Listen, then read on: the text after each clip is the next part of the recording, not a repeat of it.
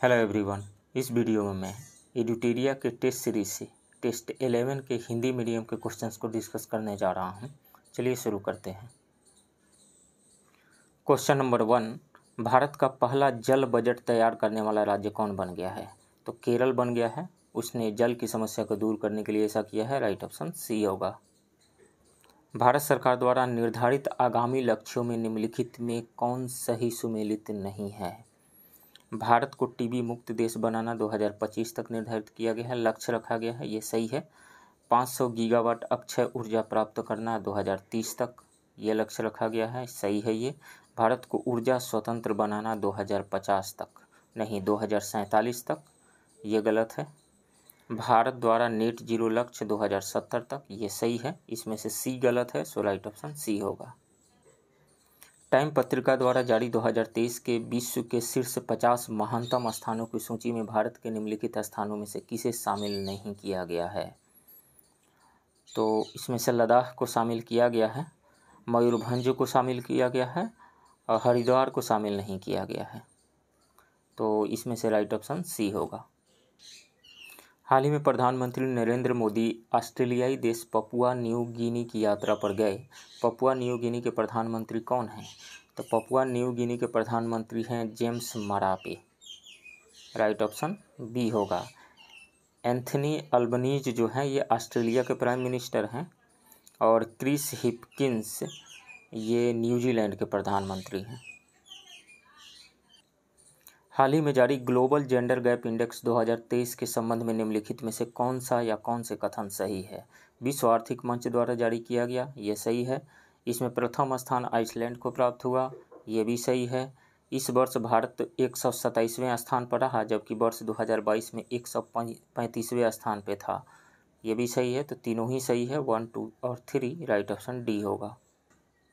जून 2023 में आयोजित एकथा 2023 किन देशों के मध्य किया जाने वाला नौसेना अभ्यास है? तो ये भारत और मालदीव के बीच का नौसेना अभ्यास है। तो इसमें से राइट ऑप्शन ए हो जाएगा, भारत और मालदीव। 21 जून 2023 को मनाए गए अंतर्राष्ट्रीय योग दिवस का थीम क्या था? तो योगा फॉर वसुधैव कुटुंबकम था, राइट ऑप्शन सी होगा।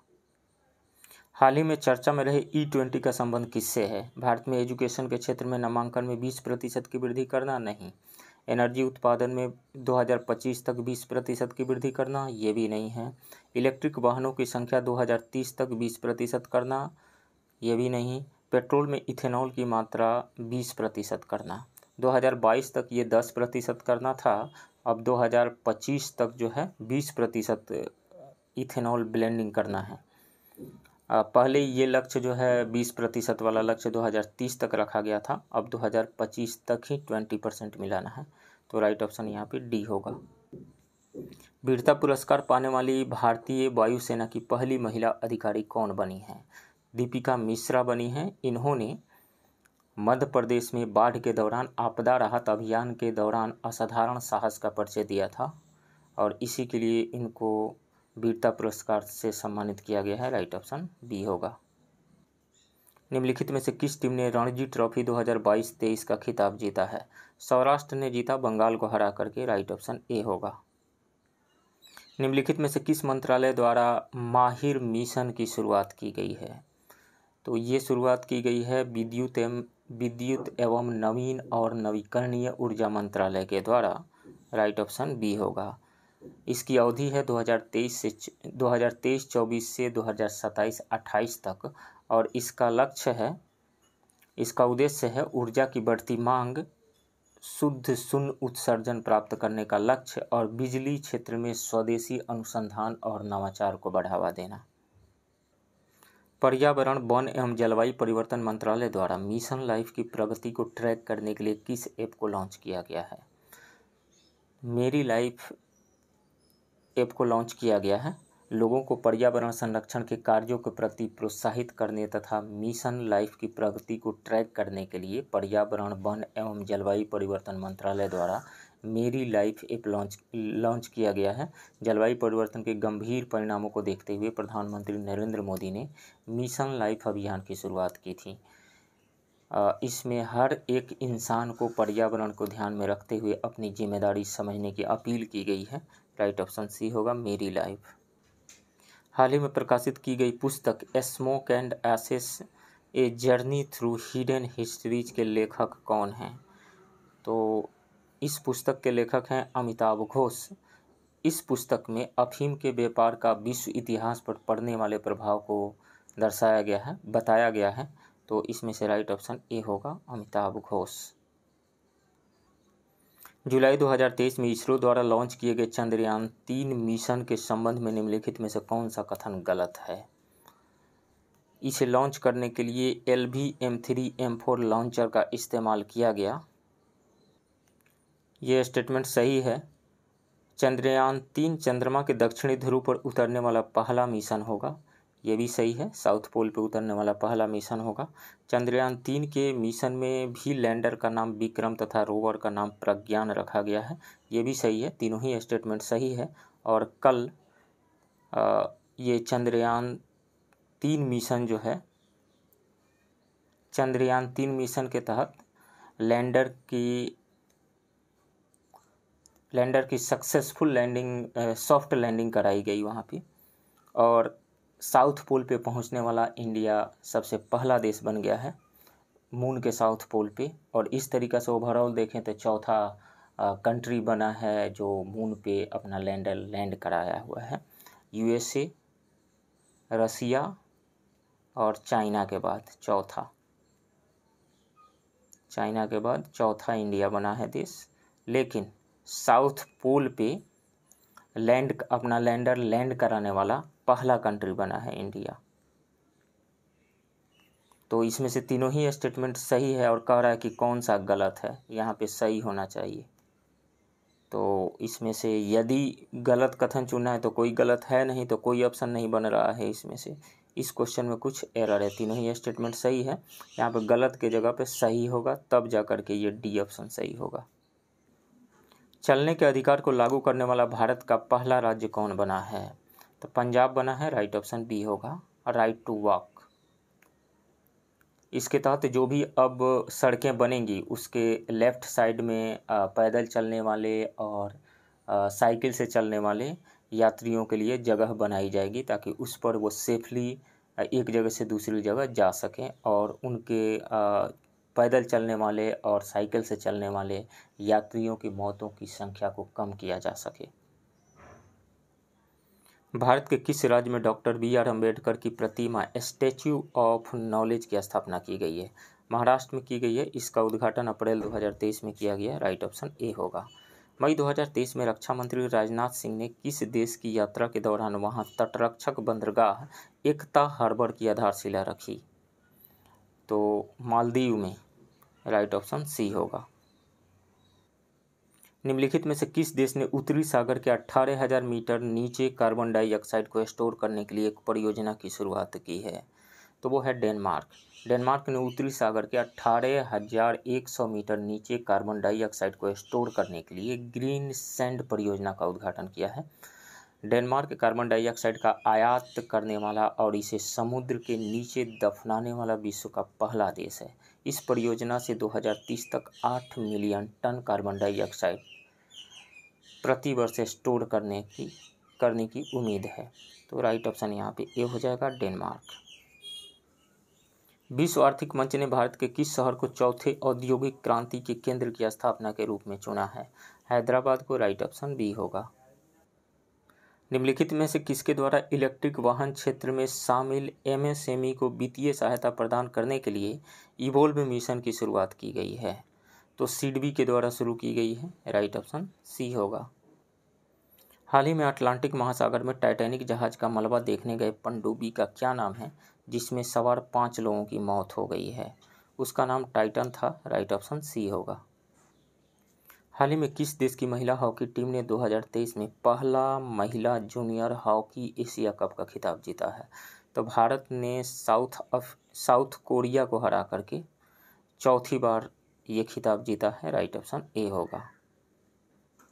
भारत के किस राज्य में पहली बार तेज बाइक रेस मोटो GP 2023 का आयोजन किया जा रहा है? उत्तर प्रदेश में किया जा रहा है। राइट ऑप्शन ए होगा। हाल ही में अंतर्राष्ट्रीय बास्केटबॉल महासंघ FIBA के अध्यक्ष के रूप में किसे नियुक्त किया गया है? डॉक्टर के गोविंदराज को नियुक्त किया गया है। राइट ऑप्शन सी होगा। बुकर पुरस्कार 2023 जीतने वाले जॉर्जी गोस्पोंदिनोव का संबंध किस देश से है? तो ये इनका संबंध बुल्गारिया से है और बुकर पुरस्कार 2023 मिला है उनकी कृति टाइम शेल्टर के लिए। तो राइट ऑप्शन बी होगा, बुल्गारिया। हाल ही में निम्नलिखित में से किस विभाग ने राज्य के हर जिले में डिजिटल लाइब्रेरी बनाने का निर्णय लिया है? श्रम संसाधन विभाग ने। राइट ऑप्शन बी होगा। हाल ही में बिहार के कितने व्यक्तियों को संगीत नाटक अकादमी पुरस्कार प्रदान किया गया है? 6 व्यक्तियों को। राइट ऑप्शन बी होगा। 6 व्यक्तियों में शामिल हैं चर्चित नाटककार और रंगकर्मी ऋषिकेश सुलभ, लोक गायिका रंजना झा, चर्चित ठुमरी गायिका कुमुद झा दीवान, वरिष्ठ अभिनेता नीलेश्वर मिश्रा, वरिष्ठ नाट्य निर्देशक मिथिलेश राय और दरभंगा घराने के वरिष्ठ ध्रुपद गायक तथा इलाहाबाद के केंद्रीय विश्वविद्यालय के संगीत शिक्षक पंडित प्रेम कुमार मल्लिक। हाल ही में बिहार के किस व्यक्ति को युवाओं को दिए जाने वाले सर्वोच्च पुरस्कार राष्ट्रीय युवा पुरस्कार के लिए चयनित किया गया है? तो अरुणेश कुमार, जो पटना के रहने वाले हैं। राइट ऑप्शन सी होगा। बिहार के किस जिले में एक विश्व स्तरीय सांस्कृतिक विरासत सुरंग का निर्माण किया जा रहा है? पटना में। और ये जो है बिहार संग्रहालय एवं पटना संग्रहालय को आपस में जोड़ेगा। राइट ऑप्शन ए होगा। बिहार में बाढ़ एवं सूखे के प्रभाव को कम करने के लिए जल संसाधन विभाग द्वारा हाल ही में किस ऐप का शुभारंभ किया गया है? बेफिक्र ऐप का शुभारंभ किया गया है। बेफिक्र का मतलब होता है Bihar E system for flood and irrigation quick response app. Bihar E system for flood and irrigation quick response app, यह है बेफिक्र का मतलब। BEFICR।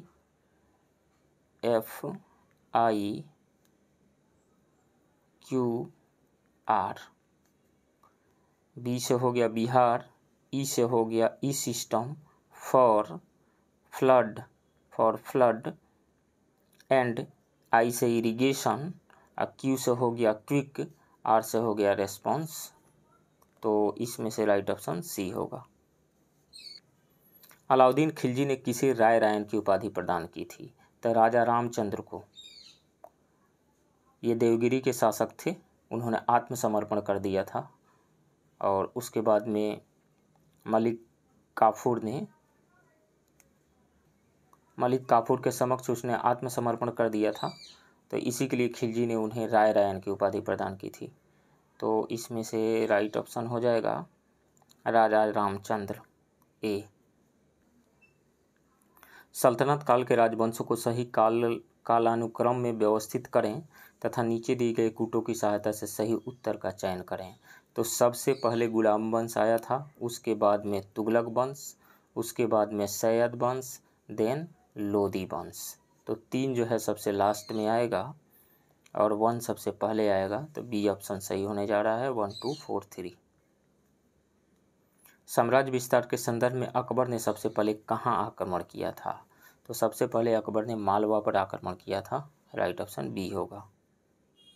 मालवा के शासक बाज बहादुर पे 1561 में आक्रमण किया था अकबर ने।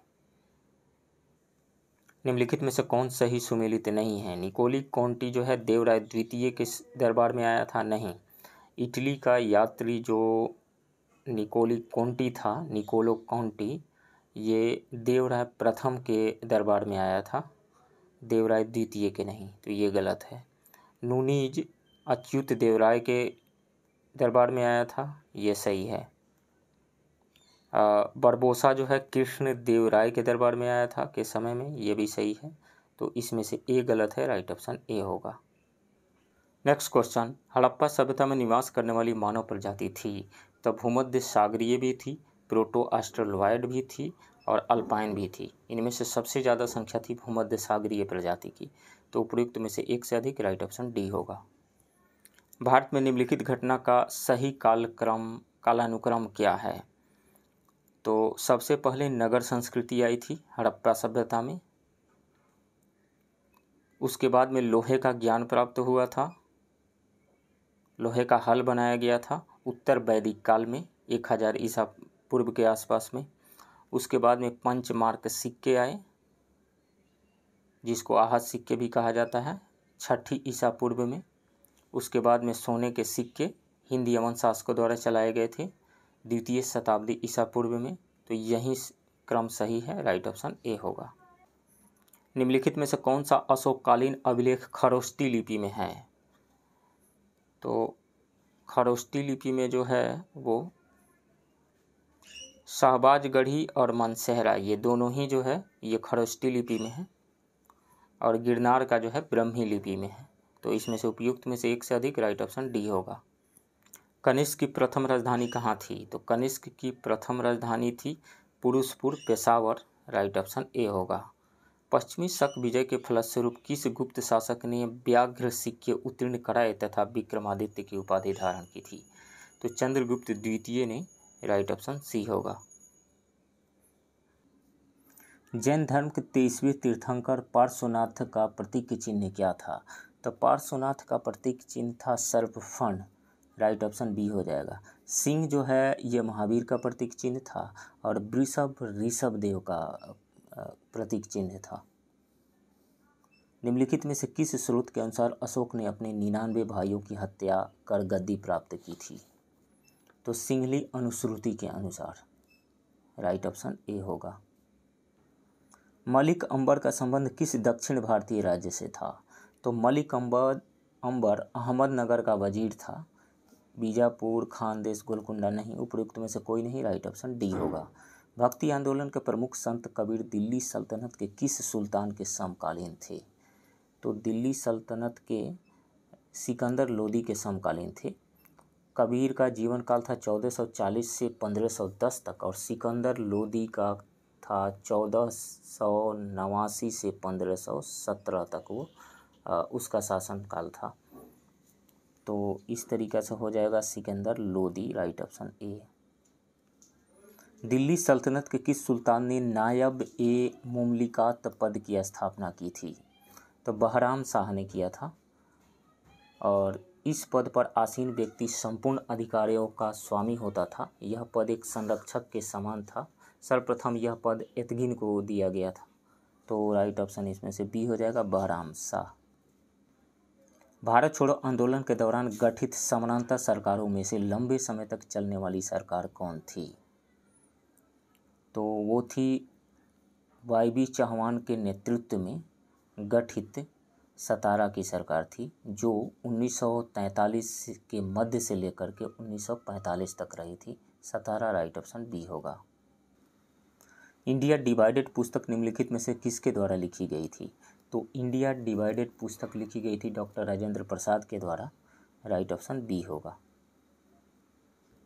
सुभाष चंद्र बोस के द्वारा पुस्तक जो लिखी गई थी उसका नाम था द इंडियन स्ट्रगल, और अबुल कलाम आज़ाद के द्वारा जो पुस्तक लिखी गई उसका नाम था इंडिया विंस फ्रीडम।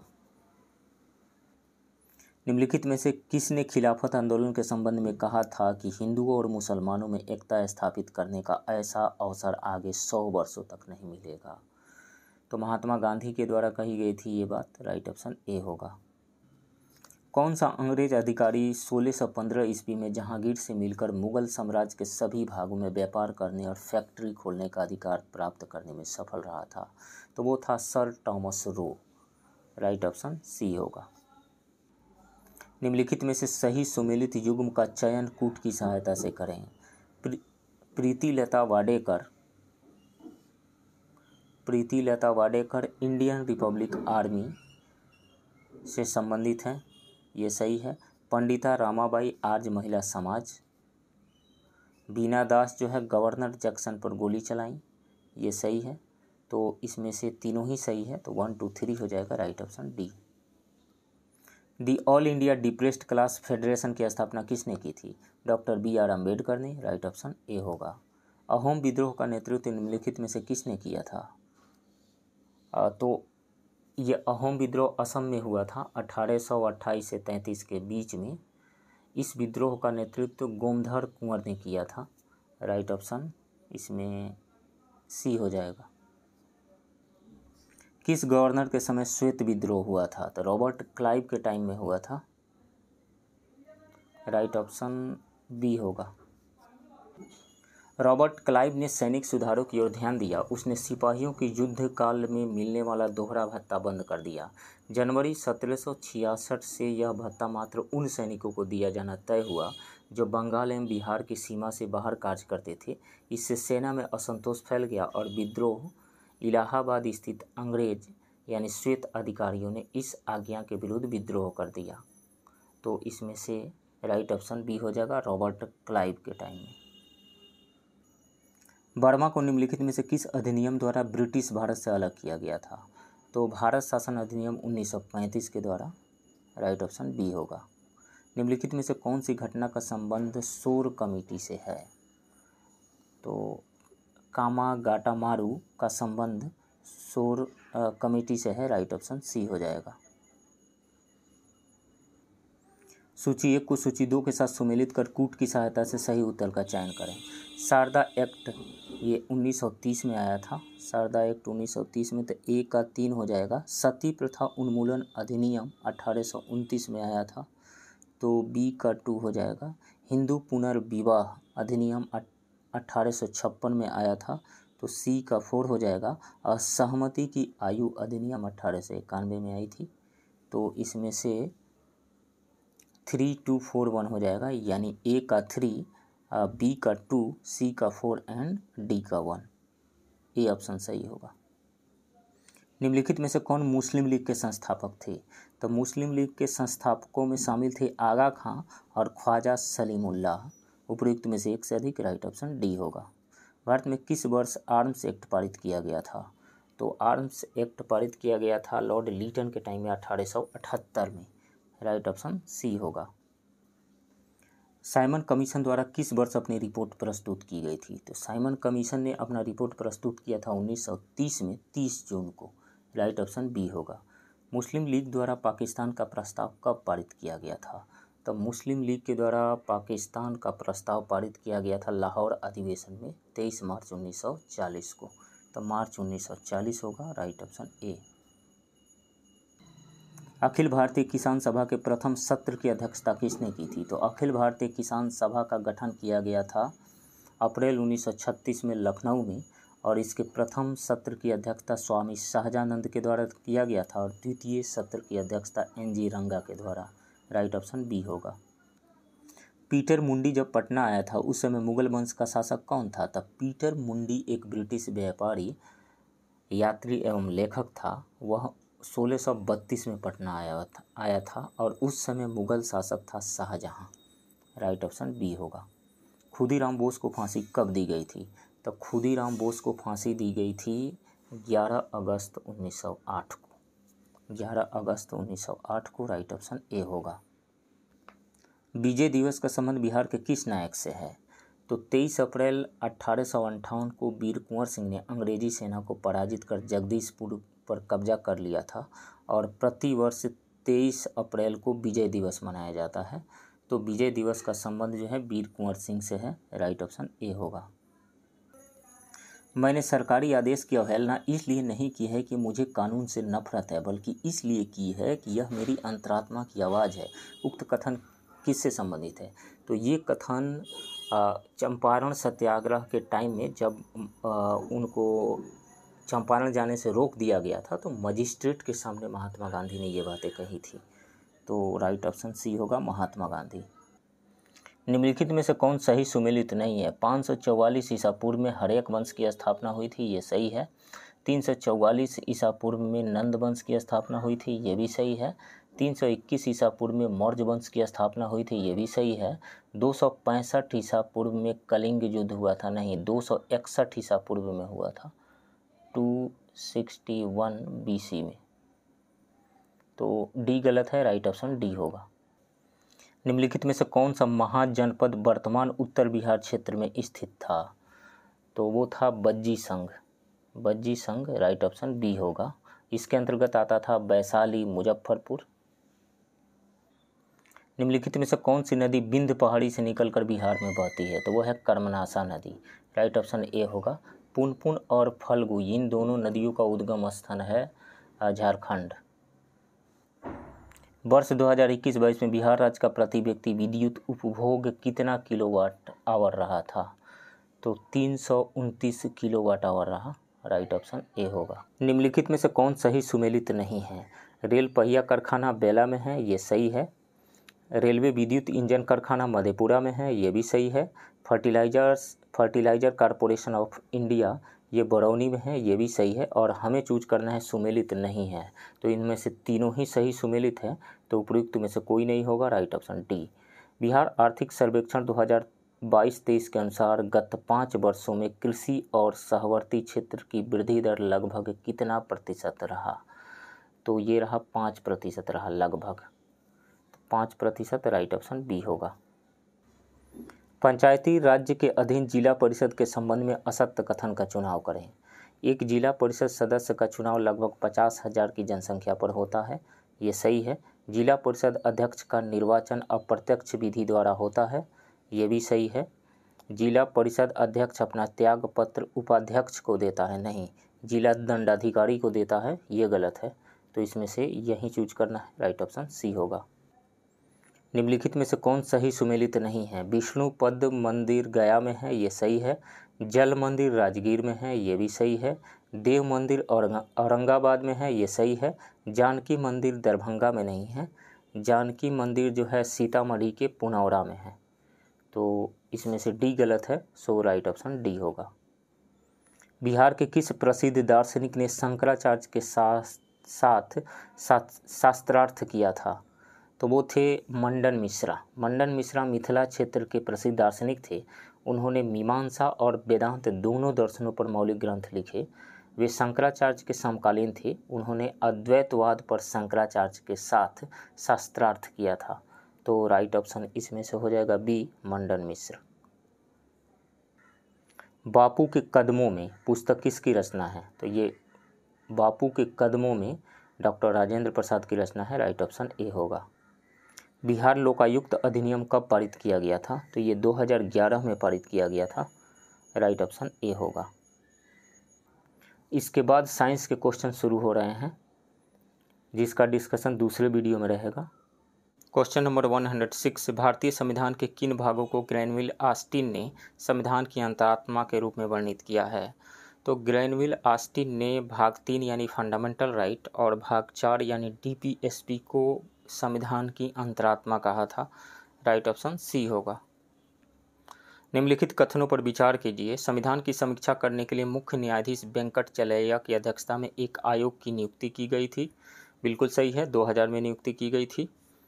चलैया आयोग का उद्देश्य संविधान के कामकाज की समीक्षा करना था, ये भी सही है, ये दोनों ही सही है। विपक्षी दलों तथा अन्य संगठनों ने इस आयोग का समर्थन किया था, नहीं, इस आयोग का बहिष्कार किया था और उस आयोग ने 2002 में अपनी रिपोर्ट सौंपी थी। तो इसमें से 1 और 2 सही है। राइट ऑप्शन सी होगा। संविधान के 91वें संविधान संशोधन अधिनियम के संदर्भ में विचार कीजिए। इसके माध्यम से मंत्रिपरिषद के आकार को विस्तृत कर दिया गया था, नहीं, सीमित किया गया था।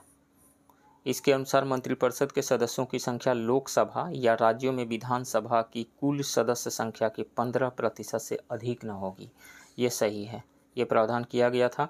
इसके द्वारा 6 से 14 वर्ष के बच्चों के शिक्षा के अधिकार को मौलिक अधिकार बना दिया गया था, नहीं, शिक्षा का अधिकार को मौलिक अधिकार बनाया गया था 86th कॉन्स्टिट्यूशनल अमेंडमेंट एक्ट के थ्रू।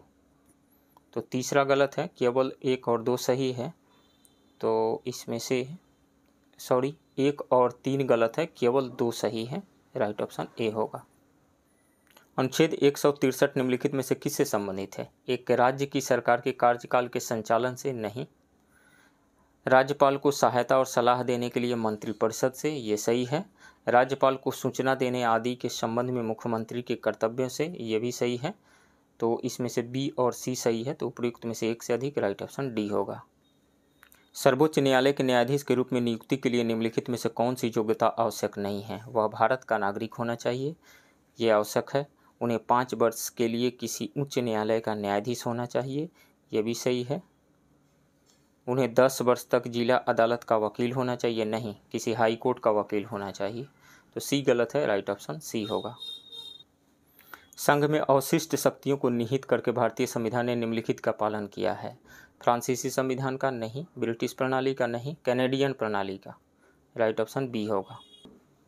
महारजिस्ट्रार जनरल और जनगणना आयुक्त भारत निम्नलिखित में से किस मंत्रालय के अंतर्गत आता है? तो ये गृह मंत्रालय के अंतर्गत आते हैं, राइट ऑप्शन बी होगा।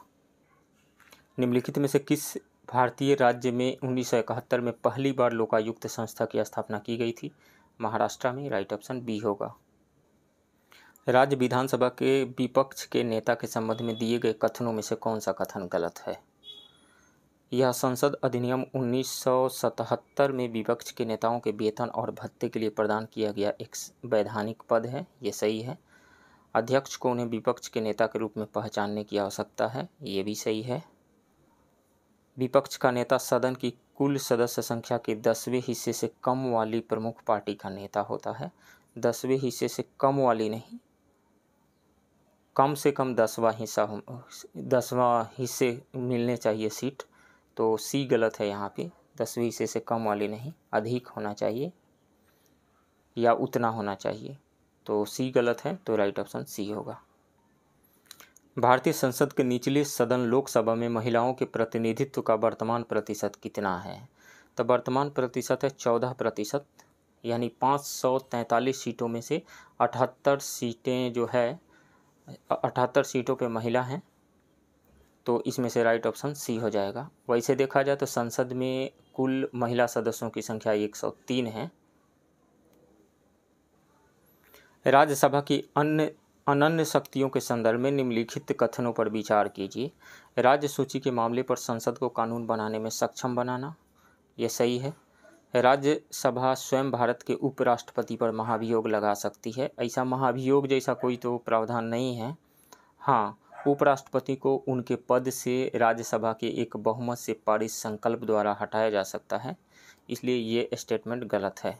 लोकसभा के भंग होने पर आपातकाल की उद्घोषणा लागू करना, यह है, इसमें से 2 गलत है।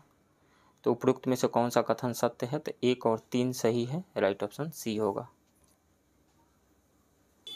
और एक बात और यहाँ पे लिखा हुआ है, अनन्य शक्ति, यानी एक्सक्लूसिव पावर नहीं है। राज्यसभा स्वयं भारत के उपराष्ट्रपति पर महाभियोग लगा सकती है, ये राज्यसभा का एक्सक्लूसिव पावर नहीं है। जब संकल्प पारित किया जाएगा राज्यसभा के द्वारा वाइस प्रेसिडेंट को हटाने के लिए, तो उस पर लोकसभा की भी सहमति आवश्यक है, तो ये एक्सक्लूसिव पावर नहीं है राज्यसभा का। इस कारण से सेकंड स्टेटमेंट गलत है।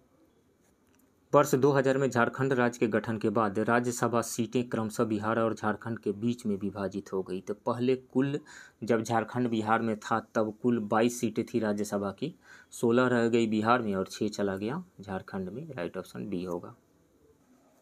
भारत में ग्रामीणीय आय प्रायः नगरीय आय से कम है, इसके लिए निम्नलिखित में से कौन से कारण जिम्मेदार हैं? किसान बहुत बड़ी संख्या में निरक्षर हैं और वैज्ञानिक कृषि के बारे में उनका ज्ञान नगण्य है, ऐसा नहीं कहा जा सकता है। विनिर्मित उत्पादों की तुलना में प्राथमिक उत्पादों का मूल्य कम होता है, ये सही है। उद्योगों में निवेश की तुलना में कृषि में निवेश कम हुआ है, ये भी सही है। तो इसमें से 2 और 3 सही है। इसमें से सेकंड स्टेटमेंट तो सही है और थर्ड स्टेटमेंट भी सही है। फर्स्ट स्टेटमेंट को भी हम सही मान सकते हैं। किसान बहुत बड़ी संख्या में निरक्षर हैं और वैज्ञानिक कृषि के बारे में उनका ज्ञान नगण्य है। हाँ, वैज्ञानिक कृषि, टेक्नोलॉजी का यूज, हाई यील्ड वैरायटी के सीड्स का यूज, फर्टिलाइजर्स, हर्बिसाइड्स, पेस्टिसाइड्स, वह इसका कौन से कितने मात्रा में और किसका यूज किया जाना चाहिए, इसका नॉलेज उनके पास कम है। इस कारण से भी प्रोडक्शन कम होता है, तो इसको हम सही मान सकते हैं, फर्स्ट स्टेटमेंट को भी। तो इसमें से यदि फर्स्ट स्टेटमेंट को सही हम मान लेते हैं तो 1, 2 और 3 हो जाएगा, राइट ऑप्शन ए। वर्तमान भारत में मुद्रास्फीति को मापा जाता है, तो सीपीआई, उपभोक्ता मूल्य सूचकांक, कंज्यूमर प्राइस इंडेक्स के माध्यम से, राइट ऑप्शन बी होगा। बजट 2023-24 के अनुसार 2200 करोड़ की लागत से आत्मनिर्भर बागवानी स्वच्छ पौधा कार्यक्रम का शुभारंभ करने की घोषणा की गई है। इस कार्यक्रम का उद्देश्य क्या है? उच्च मूल्य वाली बागवानी फसल को रोगमुक्त करना, ये सही है। उच्च मूल्य वाली बागवानी फसलों के लिए गुणवत्तापूर्ण पौधा सामग्री की उपलब्धता बढ़ाना, ये भी सही है। तो दोनों ही स्टेटमेंट सही है, राइट ऑप्शन ए होगा। सूची 1 के साथ सूची 2 के मिलान करें और सूचियों के नीचे दिए गए कूट का प्रयोग कर सही उत्तर का चयन करें।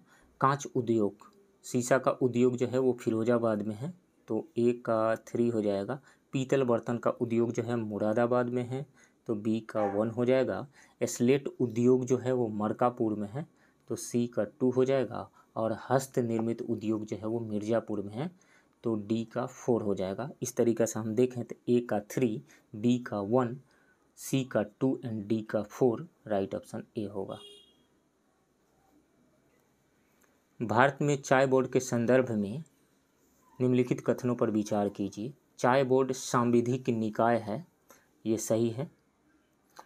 चाय अधिनियम 1953 की धारा 4 के तहत चाय बोर्ड की स्थापना की गई थी अप्रैल 1954 में, तो ये एक सांविधिक निकाय है, सही है। यह कृषि एवं किसान कल्याण मंत्रालय में संलग्न नियामक निकाय है। ये कृषि एवं किसान कल्याण मंत्रालय में संलग्न नहीं है, ये वाणिज्य मंत्रालय के तहत आता है, तो इसलिए ये गलत है। चाय बोर्ड का प्रधान कार्यालय बेंगलुरु में स्थित है, नहीं, इसका प्रधान कार्यालय जो है कोलकाता में स्थित है। और दुबई और मास्को में, विदेशों में भी इसके 2 कार्यालय हैं। इस बोर्ड के दुबई और मास्को में विदेशी कार्यालय हैं, तो ये चौथा स्टेटमेंट सही है। तो इसमें से 1 और 4 हो जाएगा केवल, राइट ऑप्शन बी होगा। भारत में पंचवर्षीय योजना के अंतर्गत नीली क्रांति का आरंभ किया गया था, तो नीली क्रांति का आरंभ किया गया था 7वीं पंचवर्षीय योजना के तहत, और 7वीं पंचवर्षीय योजना का समय था 1985 से 90, तो 7वीं पंचवर्षीय योजना, राइट ऑप्शन बी होगा।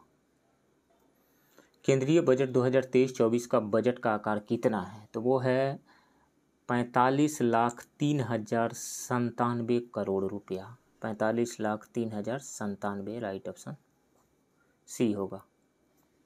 आर्थिक समीक्षा 2022-23 के अनुसार राष्ट्रीय हरित हाइड्रोजन मिशन से भारत ने किस वर्ष तक ऊर्जा के मामले में आत्मनिर्भर हो जाने का लक्ष्य रखा है, 2047 तक, राइट ऑप्शन बी होगा।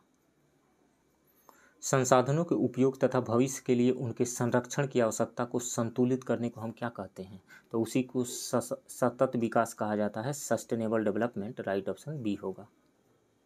2022-23 के लिए गरीबी उन्मूलन के लिए अंतर्राष्ट्रीय दिवस का विषय क्या है? गरीबी समाप्त करने के लिए बच्चों, उनके परिवारों और समुदायों को सशक्त बनाने के लिए एक साथ काम करना, नहीं, ये नहीं है। बिहार में सभी के लिए गरिमा, ये सही है, यही है, तो इसमें से राइट ऑप्शन बी होगा। निम्नलिखित में से कौन सा सतत विकास के लक्ष्य के अंतर्गत नहीं है जिसे 2030 तक प्राप्त करने का लक्ष्य रखा गया है, तो सतत विकास का मुख्य लक्ष्य है गरीबी उन्मूलन और इक्वलिटी कायम करना, तो इसमें से लैंगिक समानता है, शून्य भूख भी है, अच्छा स्वास्थ्य एवं भलाई भी है, अंतरिक्ष अनुसंधान नहीं है, राइट ऑप्शन डी होगा। मौद्रिक नीति का क्रियान्वयन भारत में कौन करता है, तो मॉनेटरी पॉलिसी का क्रियान्वयन भारत में आरबीआई के द्वारा किया जाता है, राइट ऑप्शन बी होगा। इसके पहले मैथ के 10 क्वेश्चन थे, मैथ के बाद जो है 140वां नंबर क्वेश्चन है, भारत का गेहूं उत्पादन में अग्रणी राज्य निम्नलिखित में से कौन सा है, तो गेहूं उत्पादन में अग्रणी जो राज्य है यूपी है, Uttar Pradesh, right option A होगा। क्षेत्रफल की दृष्टि से भारत का सबसे बड़ा बाघ अभ्यारण्य कौन सा है, तो नागार्जुन सागर श्रीशैलम जो है वो है सबसे बड़ा क्षेत्रफल की दृष्टि से, राइट ऑप्शन सी होगा। निम्नलिखित में से ग्रेट विक्टोरिया मरुस्थल कहाँ स्थित है, तो ऑस्ट्रेलिया में है, इसमें से नहीं होगा, डी उपयुक्त में से कोई नहीं।